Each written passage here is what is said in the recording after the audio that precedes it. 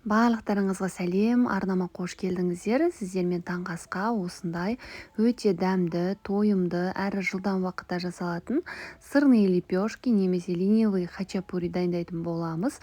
Өте дәмді болып шығады. Сіздер де осы рецептпен жасап көріңіздер. Алдағы уақытта сіздердің де сүйікті рецептеріңіз біріне айналатынына сенімдімін. Таңғы асқа жасағанға аз ғана уақытыңызды алады, әрі дәмді болып шығады. Небәрі бір-ақ қана жұмыртқа қосылады. Видеоның соңына дейін қараңыздар, және де жасап көрсеңіздер өз пікірлеріңізді осы комментарий бөлімінде қалдырып кетіңіздер. Арнама тіркеліп алуды ұмытпаңыздар. Алдағы уақытта тағы да пайдалы рецепттермен бөлісетін боламын.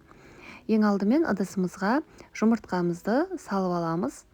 Үстінен 150 граммдай сүт құямыз. Шым-шым тұз және де ас содасын немесе разрыхлитель салып, жақсылап араластырып алатын боламыз.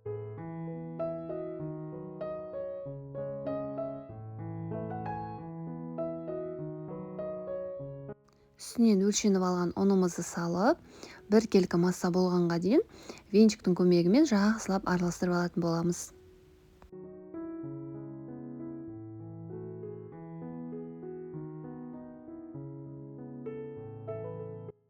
Осылай бір келкі массаға келтіріп алғаннан кейін кез келген жақсы еритін сырды алып, үкіштен осылай өткізіп аламыз, және де сұйық массамыздың үстіне құйып, жақсылап араластырып алатын боламыз.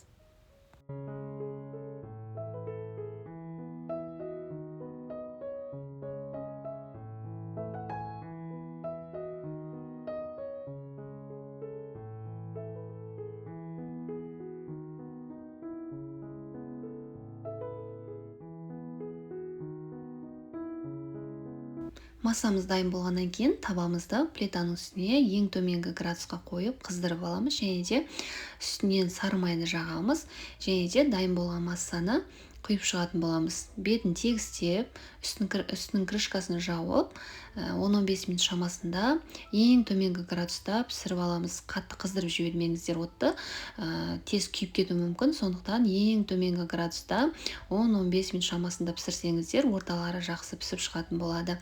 Сіздер де солай жасаңыздар.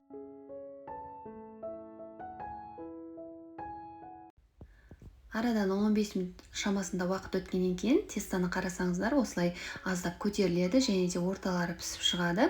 Осылай лопатаның көмегімен екінші бетіне аударасыздар, және де үстін жауып 5-6 минут шамасында тағы да қызартып аласыздар. Қызарып шыққаннан кейін бетін ашып, табадан аламыз, және де сол ыстық күйінде үстіне сары май жағып, үйіңіздегілерге ұсынасыздар. Өте дәмді болып шығады. Сіздер де міндетті түрде таңғы асқа жасап көріңіздер. Алдағы уақытта тағы да пайдалы рецептермен бөлісетін боламын. Міндетті түрде арнама тіркеліп алуды ұмытпаңыздар.